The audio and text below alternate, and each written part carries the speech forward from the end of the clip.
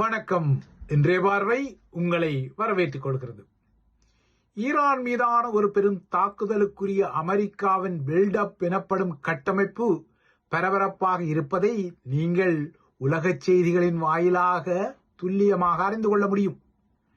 நீங்கள் அறிந்து கொண்டபடி இந்த பில்டப்புக்கு ஏற்ற வகையில் மத்திய கிழக்கு பிராந்தியம் முழுவதும் உள்ள அமெரிக்க தளங்களுக்கு இராணுவ தளவாடங்களை ஏற்றி இறக்கும் அயராத வேலைகளில் அமெரிக்காவின் இராணுவ சரக்கு விமானங்களும் இடையறாது பறந்து வருகின்றன.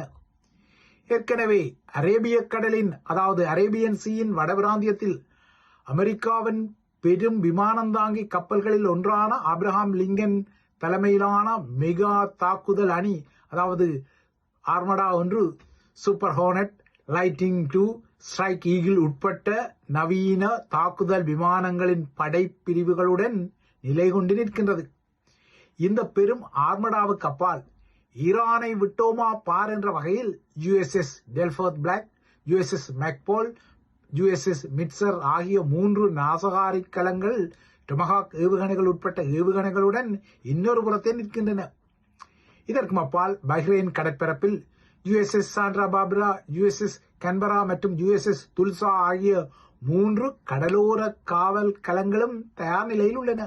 இவையெல்லாம் போதாதென கட்டாரில் உள்ள அல் உய்த் விமான தளத்தில் ஈரான் ஒருவேளை ஏவுகணைகளை அடுத்தடுத்து ஏவிக்கொண்டால் அவற்றை தடுப்பதற்கான புதிய பேட்ரியாட் ஏவுகணை அமைப்பும் நிறுத்தப்பட்டுள்ளதை செயற்கைக்கோள் துல்லியமாக வெளிப்படுத்தியுள்ளது. இதற்கு அப்பால் அமெரிக்க நீர்மூழ்கி கலங்களும் மத்திய கிழக்கு கடற்பிராந்தியத்தில் இருந்தாலும் அவ்வாறாக நிற்கக்கூடிய நீர்மூழ்கி கலங்களின் எண்ணிக்கை மற்றும் விவரங்கள் குறித்து அமெரிக்க பாதுகாப்பு அமைச்சகமான பென்டகன் இரகசியம் காத்து வருகின்றது. இதே சமகாலத்தில் மத்திய கிழக்கு போருக்கு ஐரோப்பாவில் உள்ள அமெரிக்காவின் வான்படை தளங்களும் பயன்படுத்தப்படுவதற்குரிய செய்திகள் வருகின்றன. அந்த வகையில் போர் விமானங்களுக்கு நடுவானில் எரிபொருளை நிரப்ப பயன்படுத்தப்படும் 8 எரிபொருள் தாங்கி விமான கலங்கள் ஸ்பெயினில் உள்ள மோரோன் விமான தளத்தில் தரையிறங்கிக் கொண்டன. இதேபோல 6 F-35 ரக போர் விமானங்கள் போர்த்துக்கலின் லார்ஜஸ் விமான தளத்தில் தரையிறங்கின. எல்லாவற்றுக்கும் மேலாக ஈரானிய வளிமண்டலத்தில் கதிரியக்கத்தை கண்டறியும் WC-135R கான்ஸ்டைன் பீனிக்ஸ் ரக வான்கலம் பிரித்தானியாவில் தரையிறங்கி மத்திய கிழக்குக்கு பறந்துவிட்டது. இவ்வாறாக மத்திய கிழக்கு போர் ஆயுதங்கள் எல்லாம் இருந்தாலும் அமெரிக்காவுடன் சமாதான பேச்சுக்களுக்கு தமது நாடு தயாராக உள்ளதான ஒரு புதிய ஒலிவ் கிளையை ஈரானிய வெளியுறவு அமைச்சகம் நீட்டியுள்ளது. இதற்கிடையே ஈரான் மீதான தாக்குதல் ஒத்திகை பயிற்சிகளை அமெரிக்க வான்படை முடித்து டிரம்பின் இறுதி ஓர்டருக்காக காத்திருக்க மத்திய கிழக்கிலிருந்து ஆயிரக்கணக்கான கிலோமீட்டர் தூரத்துக்கு அப்பால் உள்ள இலங்கையில் தித்வா சூறாவளி ஊடர்த்து கடந்து 2 மாதங்கள் கடந்து விட்டாலும் லேட்டாக வந்தாலும் லேட்டஸ்டாக களம் பூந்துள்ளதான ஒரு செய்தியுடன் அமெரிக்காவின் மொண்டனா தேசிய படையணி இலங்கையில் இறங்கியுள்ளது.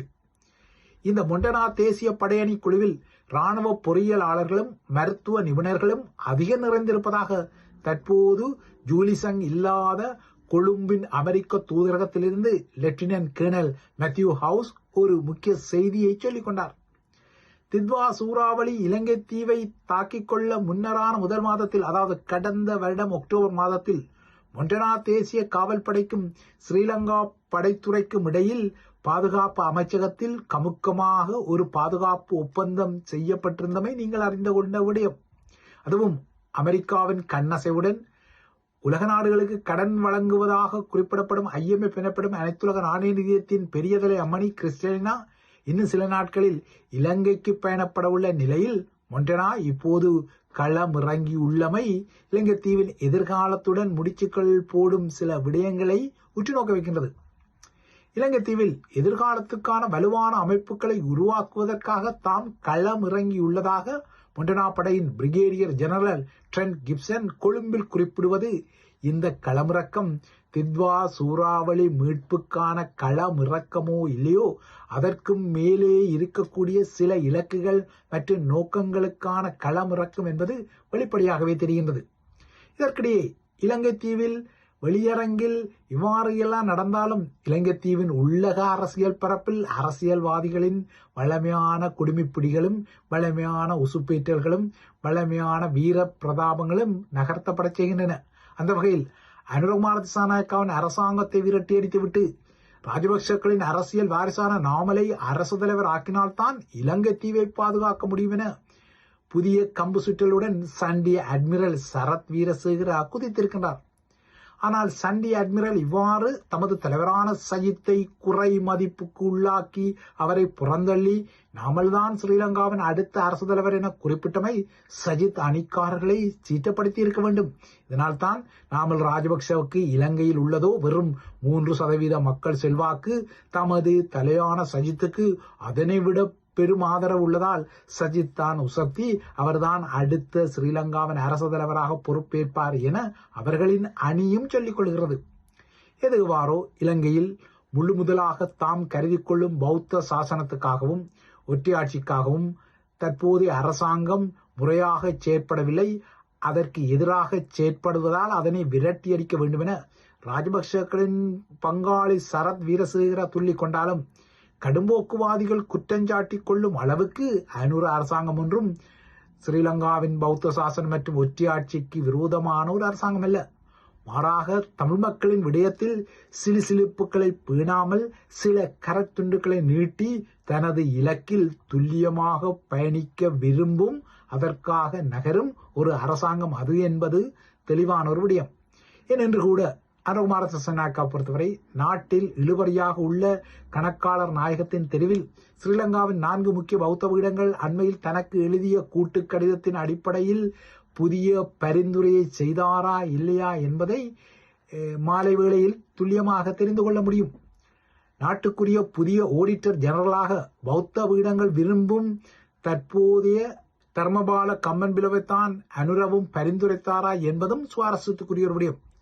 மகாநாயக்க தீரர்களுடன் இந்த விடயத்தில் அனுரவுக்கு ஒட்டுறவு இருக்கின்றதா இல்லை முரண்பாடுகள் இருக்கின்றதா என்பது இன்று மாலையில் தெரியவரக்கூடும்.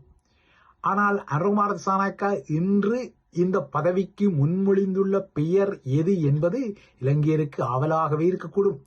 இன்று கூடும் அரசியலமைப்பு சபையில் இந்த விடயத்தில் இறுதி முடிவு எடுக்கப்பட்டால் அந்த பெயர் எதுவென்பதை இன்று மாலையே இலங்கையர்கள் அறிந்து கொள்ள முடியும்.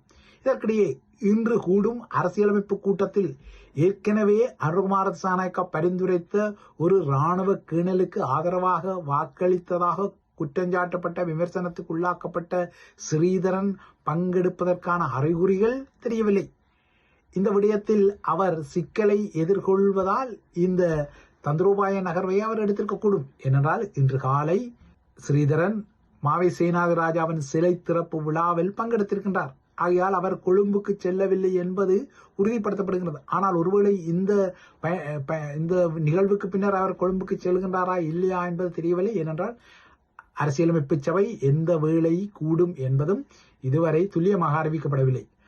ஆனால் ஸ்ரீதரனை பொறுத்தவரை ஏற்கனவே அனுர பரிந்துரைத்த ஒரு முகத்துக்கு அவர் ஆதரவாக வாக்களித்ததாக கூறப்பட்ட விடயம் அவரது சொந்த கட்சிக்குள் அவரை இப்போது கடுமையாக வளையங்கட்ட வைத்துள்ளது. குறிப்பாக அவருக்கு எதிரான நகர்வுகளை சுமந்திரன் சக சாணக்கியன் அணி நகர்த்துவதற்கு இந்த விடயம் முக்கியமான ஒரு துருப்புச்சீட்டாக மாறியிருக்கின்றது. ஆனால் ஸ்ரீதரனை பொறுத்தவரை தான் இந்த விடயத்தில் தவறு ஏதும் செய்யவில்லை என அவர் வாதங்களை செய்து கொண்டாலும் அவர் இந்த விடயத்தில் அனுரவின் முகத்துக்கு ஆதரவாக வாக்களித்தாரா இல்லையா என்பதில் துல்லியமான அறிக்கையிடல்களை செய்யவில்லை என்பதால் இந்த விடயத்தில் அவர் மீது இன்னமும் சுட்டு விரல்கள் நீளத்தான் செய்கின்றது. இதற்கிடையே இன்று ஸ்ரீலங்காவின் அரசியலமைப்பு பேரவை கூட்டத்தில் பங்கெடுக்காமல் விலகியிருப்பதன் மூலமும் ஸ்ரீதரன் இந்த விடயத்தில் அனுர தரப்புக்கு, அதாவது அரசாங்க தரப்புக்கு கணக்காளர் நாயகத்தின் தெரிவு விடயத்தில் ஆதரவாக செயற்படக்கூடும் என்ற ஒரு விமர்சனங்கள் வந்தால் அதனையும் மறுத்துரைக்க முடியாது. ஏனென்றால் பிரசன்னமற்ற நிலை கூட ஒரு வகையில் ஆதரவு என்ற நிலைப்பாடாக மாறும் என்பதும் ஒரு முக்கியமான விடயம்.